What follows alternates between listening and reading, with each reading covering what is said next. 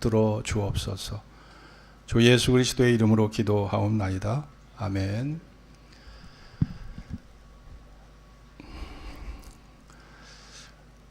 참된 소망에 대해서 말씀을 나누겠습니다. 기독교를 부정하고 또 비판하는 사람들의 말을 들어보면 성경이 틀렸다든지 또 예수가 잘못됐다든지 이런 얘기가 아니라 예수 믿는 사람들이 잘못 살아서 비판의 소리를 많이 하는 것을 보게 됩니다. 예수 믿는 사람들이 너무 자기중심적이고 남을 배려하지 않고 또 어떤 경우는 남을 속이고 물질적인 손해를 크게 입히는 이런 사례들이 빈번하게 있기 때문에 그런 사람들 때문에 예수 믿는 사람들 전체가 사실은 욕을 먹는 경우가 많이 있고 또 전도의 문이 막히는 경우도 많이 있습니다. 그러나 우리가 인류 역사를 보면 알버트 슈바이처 박사나 또 테레사 수녀나 또 에이브러함 링컨이나 위대한 족적을 남긴 위대한 인물들은요, 다 기독교 계통의 사람들입니다. 또 적십자, 녹십자, 또 국경 없는 의사회라든지 구호단체, 여러분 이런 모든 구호단체는요 다 기독교 계통이에요. 95%가 기독교 계통입니다. 불교 없어요. 이슬람 없습니다. 세계의 모든 구제, 사회운동, 가난하고 병든 사람들을 돌보는 단체가 다 기독교 계통의 사람들이에요. 그런데 사람들은 기독교인들이 잘하고 있는 거는 다 눈을 감아버려요. 그런 것들은 절대 인정하지 않으려고 합니다. 그리고 만에 하나 있을까 말까 꼭 못된 것, 부정적인 요소만 들춰내서 기독교 전체를 매도해버리고 기독교인 전체를 매도해버리는 이런 일들이 우리 사회에도 너무 흔하게 있습니다.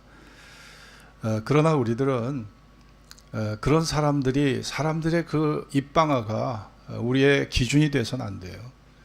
우리의 믿음의 기준은 진리가 기준이 돼야지 사람들의 입방아, 사람들의 기준, 사람들의 어떤 그러한 기준이 우리의 삶의 기준이 돼서는 안 된다고 생각합니다. 예수님은 우리에게 분명히 말씀하셨습니다. 마태복음 23장에 보면 너희는 랍비라 칭함을 받지 말라. 선생이라 칭함을 받지 말라. 너희 선생은 하나요 너희는 다 형제니라. 우리는요 남을 가리킬 만한 인격적 도덕적 선생도 사실은 선생이 될 자격도 없다는 거예요. 누구에게 이런 말씀을 하셨나요? 예수님의 제자들에게 하셨습니다. 3년 반 동안 예수님을 따라다닌 제자들에게 야 너희 랍비라고 선생이라고 칭함을 받지 마. 그렇게 말씀하신 거예요. 자, 우리가 불완전한 존재이기 때문에 사람들에게 선생이란 말을 듣는 것조차 사실은 부담스러운 것이죠. 또 뿐만 아니라 땅에 있는 자를 아비라 칭함을 받지 말라. 아비라 칭하지 말라. 너희 아버지는 하나이시니 곧 하늘에 계신 자니라. 하나님만이 내 영혼과 내 미래를 책임져 주실 수 있는 유일한 분이시지, 물론 이 땅의 아버지, 육신의 아버지를 우리가 존중하고 사랑해야 마땅하지만 그러나 우리의 참된 생명의 아버지는 오직 하나님 한 분이시라는 것을 주님이 아주 명확히 말씀하신 거예요. 그리고 또한 너희가 지도자라 칭함을 받지 말라. 너희 지도자는 하나이니 곧 그리스도니라. 우리를 영적으로 지도해 주시고 바른 길을 가게 하시고 우리에게 온전한 하늘의 능력으로 우리를 지도해 주실 분은 오직 하나님 한 분, 예수님 한 분만이 위대한 지도자가 될 수 있다는 것이죠. 예수님 외에 모든 사람은요 온전하지가 못합니다. 사람은 어느 정도 존경의 대상은 될 수가 있지만 믿음의 대상은 될 수 없고요, 경배의 대상도 결코 될 수가 없는 거예요. 오래전에 제가 주일학교를 다닐 때 주일학교 때 불렀던 찬양이 있어요. 그 찬양의 내용을 보면 키다리, 해바라기, 동그라미, 동그라미 얼굴은 온종일 햇님만 바라보고 서 있죠. 한밭꽃 웃음 짓는 하늘나라 어린이들 언제나 예수님만 바라보고 살래요. 자, 이런 찬송가의 가사가 있었어요. 어린 주일학교 때 배운 겁니다. 기다리 해바라기 동그라미, 그 얼굴을 한 해바라기가 햇빛만 바라보고 살아가는 것처럼, 여러분 탯줄이 끊어진 어린아이를 보세요. 탯줄이 끊어진 어린아이는 엄마 자궁 속에서 엄마의 탯줄과 연결돼서 모든 영양을 공급받고 생명을 유지하고 살았어요. 그런데 이 탯줄이 끊어지는 순간에 이제 아이들은 그 엄마, 자신을 낳아준 그 엄마와 떨어질 수 없다는 것을 아이들은요 본능적으로 알고 있습니다. 그러니까 자기 엄마와 떨어지면 아이들은요 아주 그냥 엄청나게 울어버립니다. 자, 눈에 보이는 탯줄은 끊어졌을지 몰라도 눈에 보이지 않는 엄마에 대한 신뢰, 엄마에 대한 의지하는 마음, 그 엄마가 나를 책임져 주시고 사랑하고 나를 위해서 희생할 거라는 그 믿음이 갓난아이들의 마음에 이미 그게 본능적으로 심어져 있는 거예요. 그렇기 때문에 아이들은 엄마와 절대 떨어지려고 하지 않는 겁니다. 여러분, 우리도 마찬가지입니다.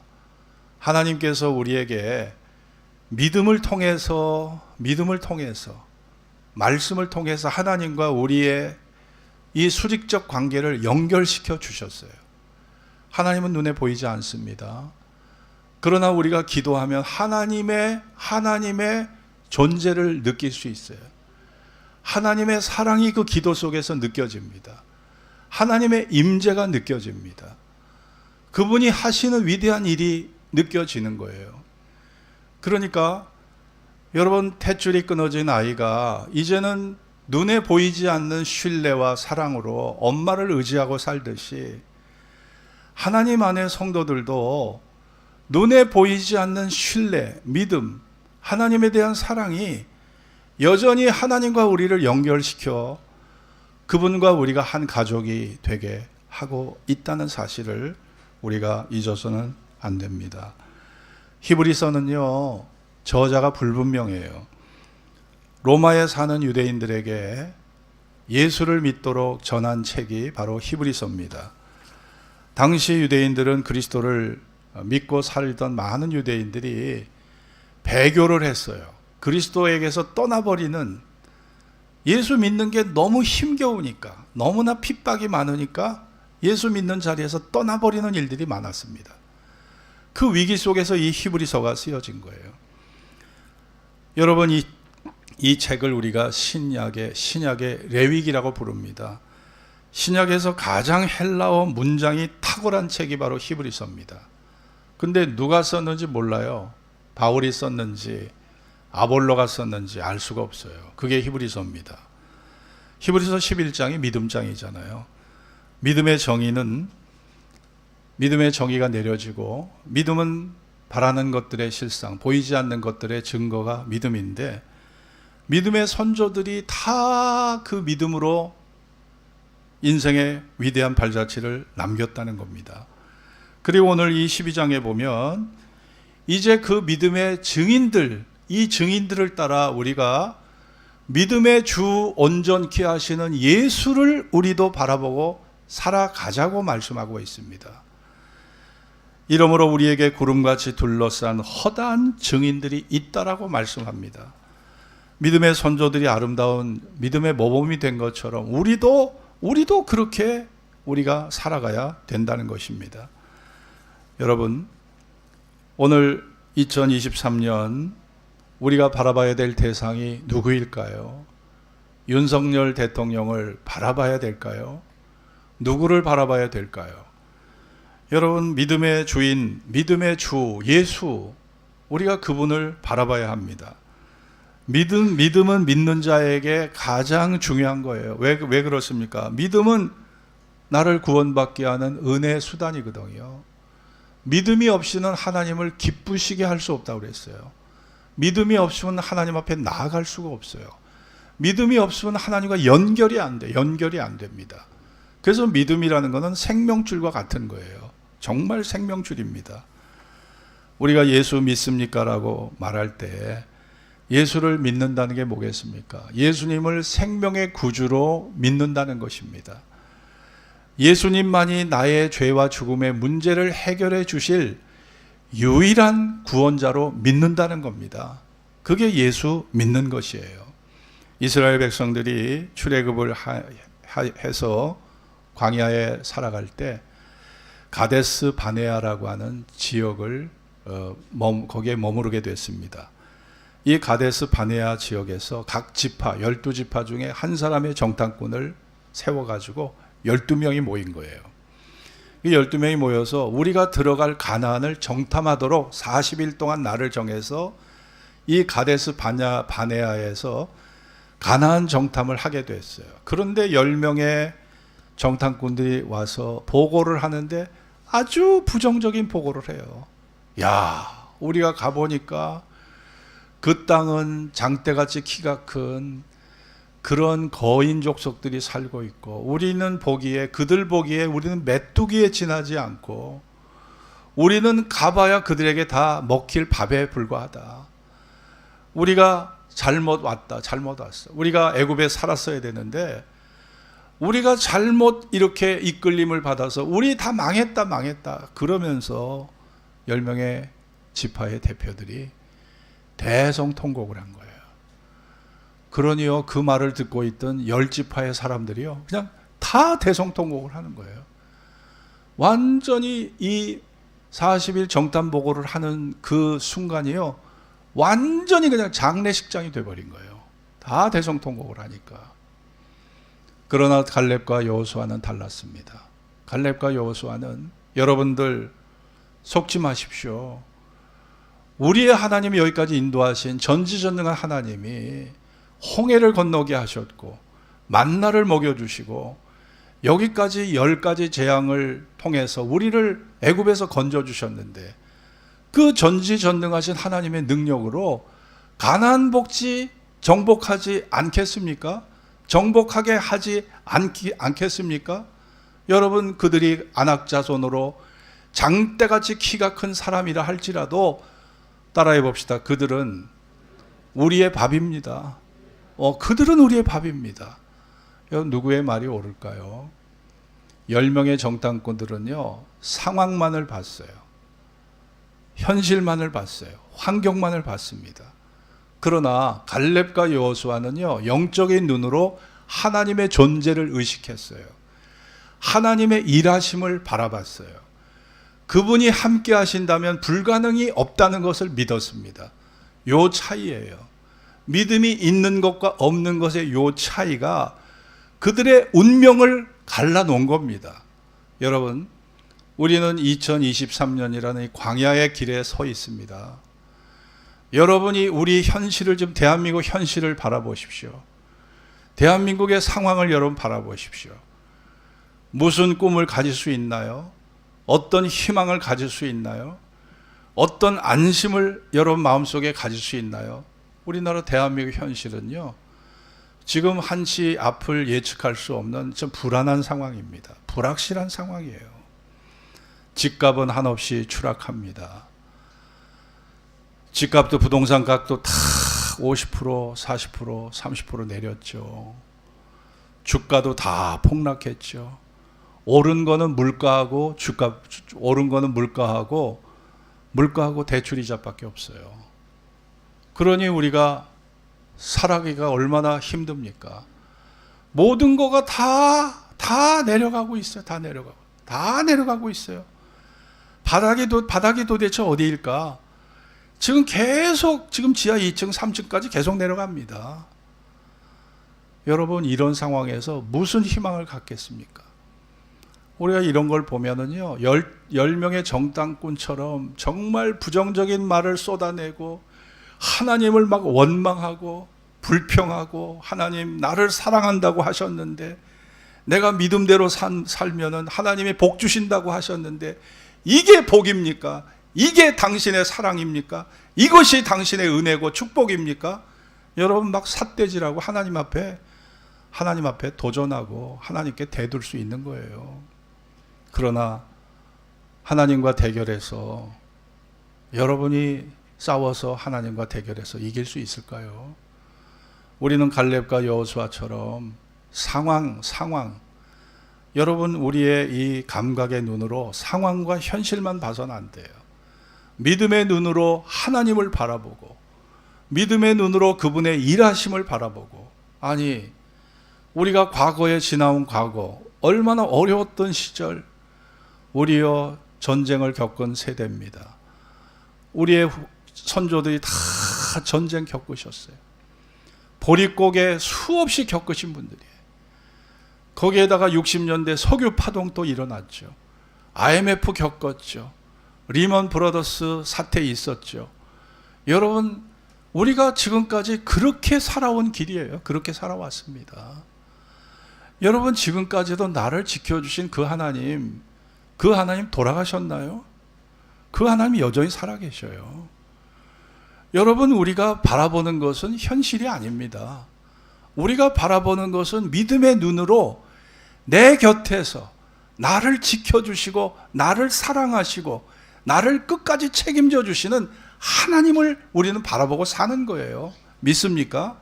우리가 그 믿음을 가지고 2023년을 출발하셔야 됩니다. 대한민국의 현실적 상황으로 우리가 어떤 희망을 논할 수 있어요? 아무런 희망도 논할 수가 없어요. 그만큼 우리의 현실은 매우 우리에게 마음의 불길함을 갖다 주지만, 믿음의 눈으로 바라보면 우리가 새로운 희망을 붙잡을 수 있는 것입니다. 결국은 이러한 원망과 불평이 이스라엘 사람들에게 가져온 게 뭐예요? 저주를 가져왔어요. 가데스 바냐에서 이런 저주의 말을 할 때 결국 그들이요 불뱀에 물리게 됩니다. 불뱀에 물려서 수없는 사람들이 폐혈증으로 죽는 거예요. 수없는 사람이 폐혈증으로 죽어갑니다.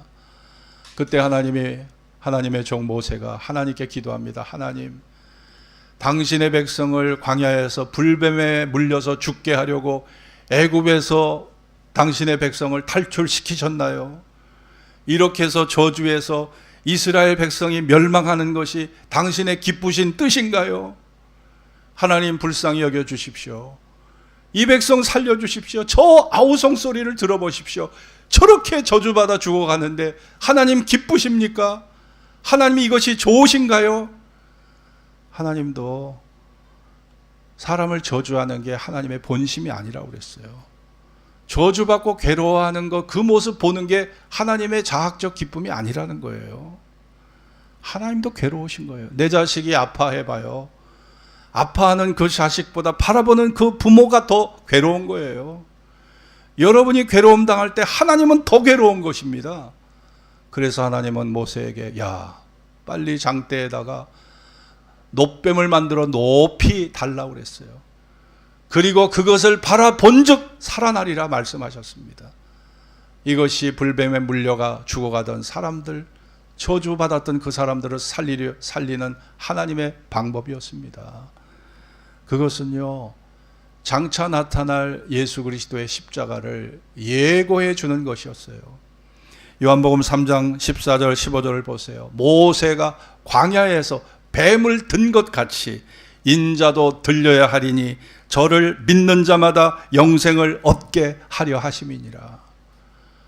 너희 조상들이 하나님을 원망하고 저주받아서 죽어갈 때 놋뱀을 바라봤던, 장대에 높이 들려 있던 놋뱀을 바라본 사람들마다 살아났듯이 내가 십자가에 달려 죽는 나를 바라보는 자 살아나리라고 주님이 말씀하신 것입니다. 여러분, 이것이 기독교의 구원인 것입니다. 타임지가 선정한 20세기 가장 영향력 있는 인물 100명 중에 오프라 윈프리가 거기에 선정된 적이 있었습니다.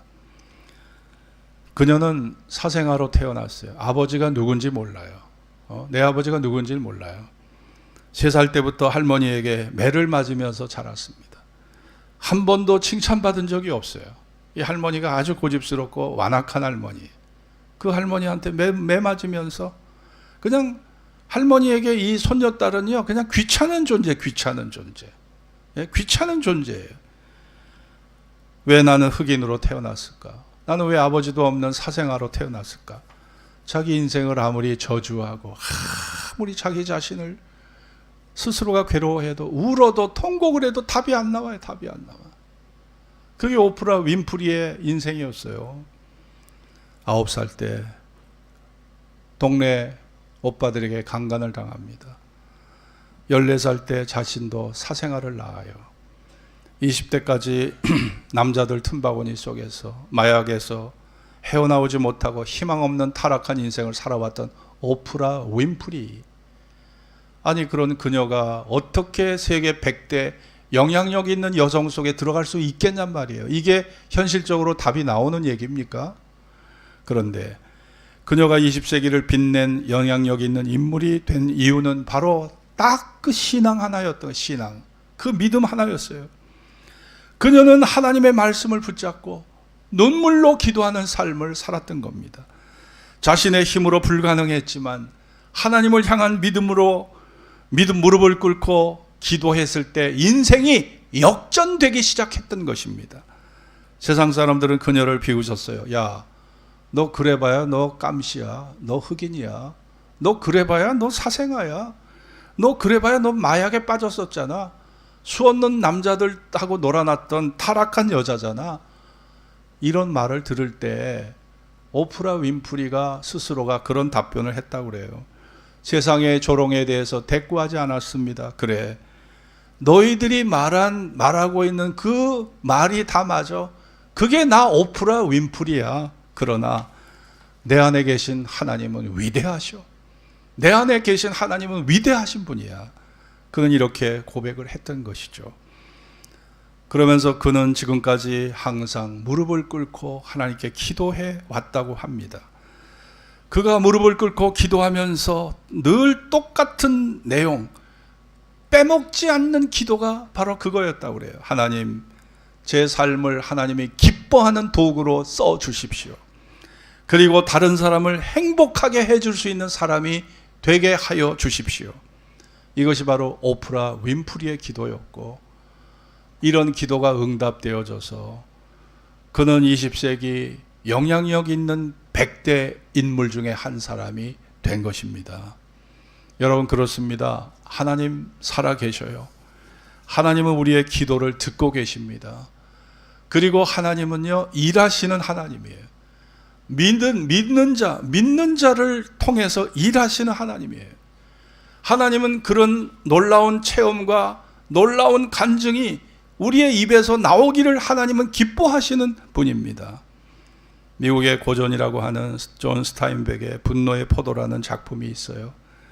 오클라호마 한 농가의 한 가족이 멀리 토네이도가 휘몰아쳐 오고 있어요. 휘몰아쳐 옵니다. 마을 사람들이 모여가지고 걱정을 해요. 야, 큰일 났다. 저 토네이도가 몰아쳐 오면 우리 이 동네가 다 파괴되고 집들이 다 파괴될 텐데, 야, 어떻게 해야 좋지? 다 이러고 있어요. 그리고 아이들은 부모님의 다리에 매달려서 지평선을 불안한 마음으로 바라봅니다. 그런데 여자들은 남자들의 얼굴만 바라봐요. 여자들의 불안한 마음은요, 남자들이 울타리가 돼 주니까, 남편을 바라볼 때 마음의 불안함이 진정되기 때문에 여자들은요, 남편의 얼굴만을 바라보는 거예요. 여자가 남편의 얼굴을 바라보고 살듯이 여자가 남편을 의지하고 살잖아요. 그렇듯 우리의 신랑 되신 예수님의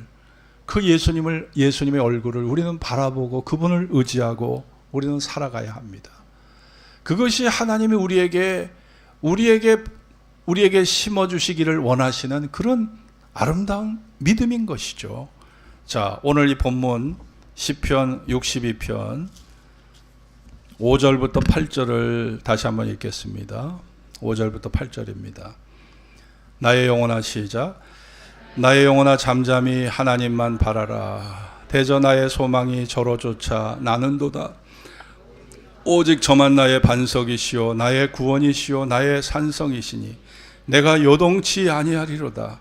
나의 구원과 영광이 하나님께 있으며 내 힘의 반석과 피난처도 하나님께 있도다. 백성들아 시시로 저를 의지하고 그 앞에 마음을 토하라. 하나님은 우리의 피난처시로다. 아멘. 자, 잠잠히 원망하지 말고 불평하지 말고 악담하지 말고 잠잠히 우리가 삶이 어려울 때 나도 모르게 인간이 이 정신적 스트레스를 받으면요 판단 능력이 상실돼 버려요. 그리고 진짜 앞에 보이는 게 없어요. 그러면 그냥 이 속에 꾸정물 통에 그 꾸정물들이 온갖 그 잡동사니들이 막 밑에 있던 게 가라앉아 있던 것들이 막 위로 다 올라오듯이 인간의 내부 속에 있는 이 모든 악한 본성들이 솟구쳐 나와서 막 불평, 원망, 악담, 성질을 부리고 분노를 내고 이게 인간이에요. 그래봐야 나한테 아무 유익이 없어요. 나의 영혼아 잠잠히 하나님만 바라라. 나의 소망이 저로 쫓아 나는도다. 일이 안 풀린다고, 형통하지 않다고, 실패로 모든 게 끝났다고, 계획이 다 무산됐다고, 모든 관계가 파괴되고 틀어졌다고 원망하고 불평해야 나에게 아무 유익이 없는 거예요. 내 영혼아 잠잠히 하나님만 바라라. 그분만이 나의 반석이고 나의 구원이시고 나의 산성이시고 나의 피할 바위가 되신다고 말씀하고 있어요. 그분만이 나를 지켜주실 수가 있다는 겁니다. 그래서 성경은 예수를 바라보라. 이 바라보라는 말은요 바로 집중하라는 겁니다. 그분에게 집중하라는 거예요. 오늘 하나님께서 우리에게 2023년을 허락해 주셨는데 우리가 환경과 상황을 바라보면 정말 기뻐할 수도 감사할 수도 희망을 가질 수도 없지만 우리가 노아가 방주를 만들 때 창을 갖다가 옆으로 만들지 않고요 하늘을 향한 위로 향한 창만 하나님이 방주의 설계를 하나님이 하셨잖아요. 하늘로 향하는 창만 만들게 하셨어요. 야, 무슨 뜻일까요? 옆에 있는 창을 하나님이 다 뚫어 놓으셨다면 노아가 그거 막 그냥 40일 동안 깊은 물이 터지고 하늘에 비가 쏟아지고 그 상황을 보면요 아마 그 40일 동안에 두려워서 공포감에 질식해서 방주 안에서 노아가 죽었을 거예요. 그런데 하나님이 하늘을 향한 위로 향한 창만 뚫게 하셨어요. 기도하라는 겁니다. 기도하라는 거예요. 동서남북 전후 좌우를 바라봐도 모든 게 암담해요. 모든 게 절망적이에요. 모든 게 우리에게 희망을 주지 못해요. 그러나 하늘로 향하는 길, 하늘로 향하는 그 모든 길은 열려 있어요. 열려 있습니다. 하나님께로 향하는 길은 열려 있어요. 기도의 길은 열려 있습니다. 오늘 이것이 여러분의 무기가 되고 여러분의 삶의 능력이 되고 자산이 되기를 바랍니다. 자산이 되길 바라요. 하늘로 향하는 길이 뚫려 있다는 사실을 아셔야 돼요. 그것을 알고 여러분이 사셔야 됩니다. 어느 부자가 하나님께 자기 재산 30년 동안 자수성가하면서 30년 동안 재산을 모았어요. 췌장암으로 그런데 갑작스럽게 가게 됐는데 짜장면 한 그릇, 우동 한 그릇도 아까워서 잔치국수 하나도 사 먹지 못하고 돈을 모았던 사람이에요. 췌장암으로 갑자기 갈래니까 너무너무 아까운 거예요. 하나님, 나 절대 포기 못합니다. 내가 30년 동안 모은 이 재산, 나 이거 꼭 가져가게 해달라고 그래요. 응? 하나님 앞에 이거 꼭 가져가게 해달라고. 이게 하나님 앞에 통하는 기도입니까? 그러나 막 억지를 부리니까 하나님이 그래, 그러면 캐리어 가방 하나만 내가 허락하겠다. 그래서 이 사람이 캐리어 가방에다가 모든 재산을 팔아서 다 금괴로 다 이걸 바꿔서 캐리어 가방에 가득 싣고 장례식을 준비하는데 하나님이 받아주시겠다고 그랬으니까 그걸 이제 안고 이러다가 죽었어요. 안고 죽었는데 천국에 가 보니까 베드로가 입구에서 소지품 검사를 하는데 어떤 사람이 지금 올라왔는데 캐리어를 끌고 온 거예요. 아니 왜 천국에 올 때 이런 걸 가져왔나 그랬더니 이 사람이 하는 얘기가 대뜸 하나님이 허락하셨다는 거예요. 그러니까 하나님 허락받고 자기가 가져왔다는 거예요. 그래? 그럼 어디 뚜껑 좀 열어보자 하고 지퍼를 열었더니 금괴가 가득 들은 거예요. 베드로가 뭐라고 그랬겠습니까? 아니 이거 지상에서는 귀한 것일지 몰라도 이거 천국의 도로 포장 재료인데 천국의 도로 포장 재료밖에 안 되는 걸 왜 끌고 왔냐고 하더라는 거예요. 여러분 천국길이 황금길인데 이 사람이요 그것도 모르고 금괴를 잔뜩 갖고 왔는데 이게 천국의 도로 포장 재료밖에 안 되는 걸 갖고 온 거죠. 여러분 천국이 아름다운 것은요 환경이 아름다워서가 아닙니다. 우리를 사랑하고 지키시고 책임져 주시는 그분이 우리가 그분을 신뢰할 수 있기 때문에 천국이 될 수 있는 거예요. 그분이 변함없이 나를 영원히 사랑해 주시기 때문에 천국이 될 수 있는 겁니다. 아무리 고대광실 좋은 집에 살아도 부부의 사랑이 식어지면 그 고대광실, 그 화려한 집은요, 화려한 집은 그냥 창고에 지나지 않는 거예요.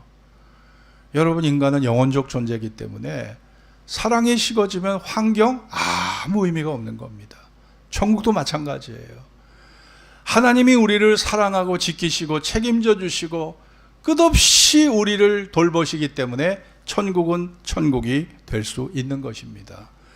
갈라디아 6장 8절에 자기의 육체를 위하여 심는 자는 육체로부터 썩어진 것을 거두고 성령을 위하여 심는 자는 성령으로부터 영생을 거두리라. 자기 육체로부터 썩어진 것을 거둔다. 하나님, 이게 썩어진다는 게 뭐죠? 제가 성경을 연구하면서 이 썩어진다는 것에 대해서 답이 안 나와요. 주석을 봐도 주석에도 답이 시원한 답이 없어요. 그래서 제가 금식을 했습니다. 이 말씀을 풀라고 금식을 하면 기도했어요. 하나님 이 말씀의 의미가 뭔지 알려주십시오. 그랬더니 하나님이 저에게 깨달음을 주셨어요. 썩어짐이라는 것은 육체를 통해서 얻게 되는 후회와 탄식과 한숨과 절망이다. 우리가 육체를 통해서 얻게 되는 후회, 탄식, 한숨, 절망. 우리가 땅만 바라보고 사는 자는 결국은 그렇게 된다는 것이에요.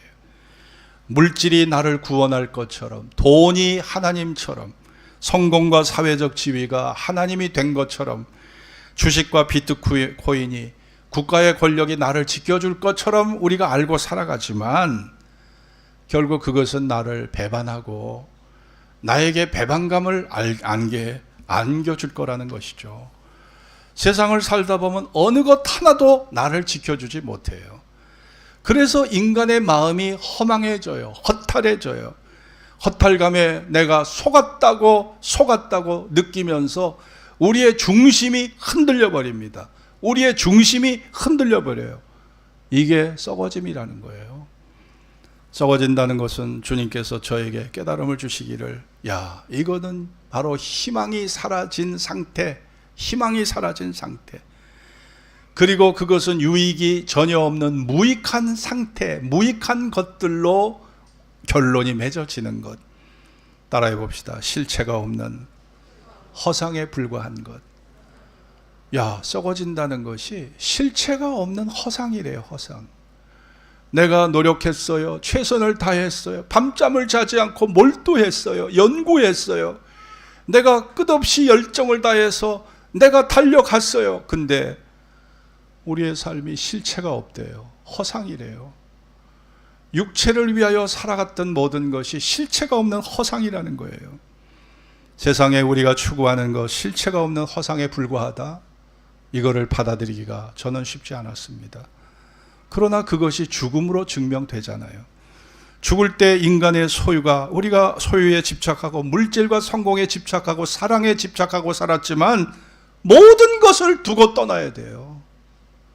이게 썩어진다는 의미더라고요. 하나님이 저에게 야, 실체가 없는 허상이다.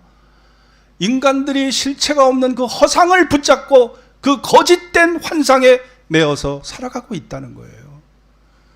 그것이 육체 중심으로 살아가는 인생의 결론이라는 것이죠. 그러나 성령을 위하여 사는 자, 성령을 위하여 심는 자는 영생을 거두리라 말씀했습니다. 성령을 위하여 심는 자, 영생을 거둔다는 거예요. 여러분들이 남들이 볼 때 정말 화려하게 보일 수 있어요.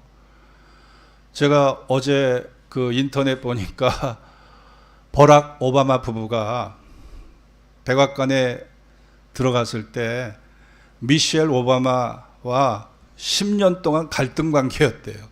응? 10년 동안 갈등을 겪으면서 이거 이혼해야 되나 말아야 되나. 이미 대통령에 당선돼서 백악관의 주인이 됐는데 10년 동안 그 갈등을 겪었대요. 미셸 오바마가 그걸 고백했더라고요. 대통령 부부도 별 수 없어요. 별 수 없어요. 여러분, 정말 남들 보기에 좋은 쇼윈도 부부가 있고요. 정말 진실하게 사랑하는 정말 알찬 부부가 있는 거예요. 그런데 우리의 사랑도 하나님이 그 사랑을 지켜주셔야 돼요. 하나님이 그 사랑의 길을 열어주셔야 우리의 이 진실한 사랑도 생명력 길게 이어지는 거지, 인간의 노력과 감정과 열정만 갖고 되는 게 아닙니다. 우리가 그걸 아셔야 됩니다. 여호와께서 세우지 아니하시면 세우는 자의 수고가 헛되고, 여호와께서 성을 지키지 아니하시면 파수꾼의 경성함이 허사라고 말씀하고 있잖아요. 2023년 좋은 일만 올까요? 여러분에게 형통한 길만 열릴까요? 여러분에게 기쁜 감사한 일만 생길까요? 아닙니다. 인생의 질서가 해가 바뀌었다고 해서 삶의 질서가 한꺼번에 바뀔 수가 없는 거예요. 절대 거기에다 기대감을 갖지 마십시오. 2023년은요 22년과 별 차이 없어요. 더 어려워지면 어려워졌지 더 좋아질 기미도 없습니다. 그러나 여러분의 인생의 비밀을 마음에서 찾아야 되고 하나님과의 관계 속에서 찾으셔야 돼요. 그분과의 수직적 관계 속에서, 그 수직적 관계 속에 여러분이 얻을 수 있는 영혼의 놀라운 광맥이, 놀라운 보화가, 광맥이 그 기도 속에 숨어 있다는 걸 여러분 발견하셔야 된다니까요. 우리는 세상의 광맥만 바라보지 기도 속에 숨겨져 있는 놀라운 영적 광맥을 못 보고 살아요. 그 은총의 선물들을 그러니까 놓치고 사는 거예요. 우리가 하나님과 나 사이에 숨어 있는 그 영적인 광맥을 바라보셔야 된다니까요. 우리가 하나님을 의지할 때 하나님께서 최소한 마음의 평안을 보장해 주십니다. 여러분의 마음의 평안이 깨지지 않도록 하나님 보호해 주실 거예요. 여러분이 진실하게 하나님을 의지한다면 온갖 시험 속에서 여러분을 지켜주실 겁니다. 아니, 길 가다가 저 방음 터널에 불이 나가지고 빠져나오지도 못하고 거기에서 사람이 타 죽잖아요. 지금 우리 사회 도처에 어디에 도대체 시한폭탄이 어디에 숨겨졌는지 여러분 아십니까? 어느 날 그런 시험이 나에게 다가올지 여러분 아시냐고요. 네? 그냥 모르고 사는 거잖아요. 모르고. 하나님이 시험을 지켜주지 않으시면 여러분 생명 보장할 수 없는 거예요. 우리가 하나님을 의지할 때, 믿음의 주 온전케 하시는 예수를 바라볼 때 최소한 하나님께서 여러분을 그런 악한 시험에 빠지지 않도록 지켜주실 겁니다. 내가 내 지혜와 내 능력으로 해결할 수 없는 문제들을 여러분이 기도할 때 하나님이 해결해 주실 거예요. 때를 따라 풍성한 은혜와 축복을 베푸셔서 여러분의 입가에 미소가 생겨지도록 하나님 만들어 주실 겁니다. 그리고 모든 것 합력하여 선을 이루어 주실 겁니다. 최소한 하나님은 그런 은혜를 자기를 의지하는 자에게 베풀어 주시는 하나님이세요. 그거를 믿고 우리가 2023년을 출발해야 하겠습니다. 상황을 보지 마십시오. 실망밖에 얻을 게 없습니다. 우리의 현실을 보지 마십시오. 불확실한 미래의 두려움밖에 얻을 게 없습니다. 인간을 바라보지 마십시오. 그 인간은 나를 배신할 수 있는 것이고 우리가 육체 중심의 삶은 썩어짐으로 종결된다는 사실을 아셔야 합니다. 그러한 사실을 우리가 기억하면서 우리가 오직 믿음의 주 온전케 하시는 예수, 우리가 잠잠히 그분을 바라보면서 하늘의 광맥을 캐내어 영적으로 풍성한 은혜의 삶을 살아가실 수 있기를 주의 이름으로 축원합니다. 기도하겠습니다. 오늘 주신 말씀을 기억하면서 2023년이 작년보다 나을 게 뭐가 있겠어요? 여전히 어려워요. 여전히 불확실해요. 여전히 불안합니다. 그러나 하나님을 바라보는 자, 잠잠히 하나님을 의지하는 자, 믿음의 주 온전케 하시는 예수를 바라보는 자에게 하나님이 최소한 우리 마음의 평강이 깨지지 않도록, 악한 시험에 들지 않도록, 어떤 문제를 겪어도 그 문제를 하나님께서 돌파할 수 있는 능력을 주실 것이고, 풍성한 때를 따라 돕는 은혜를 주실 것이고, 합력하여 선을 이루어 주실 겁니다. 최소한 이것이 하나님을 의지하는 자에게 주시는 은혜인 것이에요. 이런 은혜가 여러분들에게 있어지기를 바랍니다. 다 같이 합심으로 기도하겠습니다. 할렐루야. 하나님 도와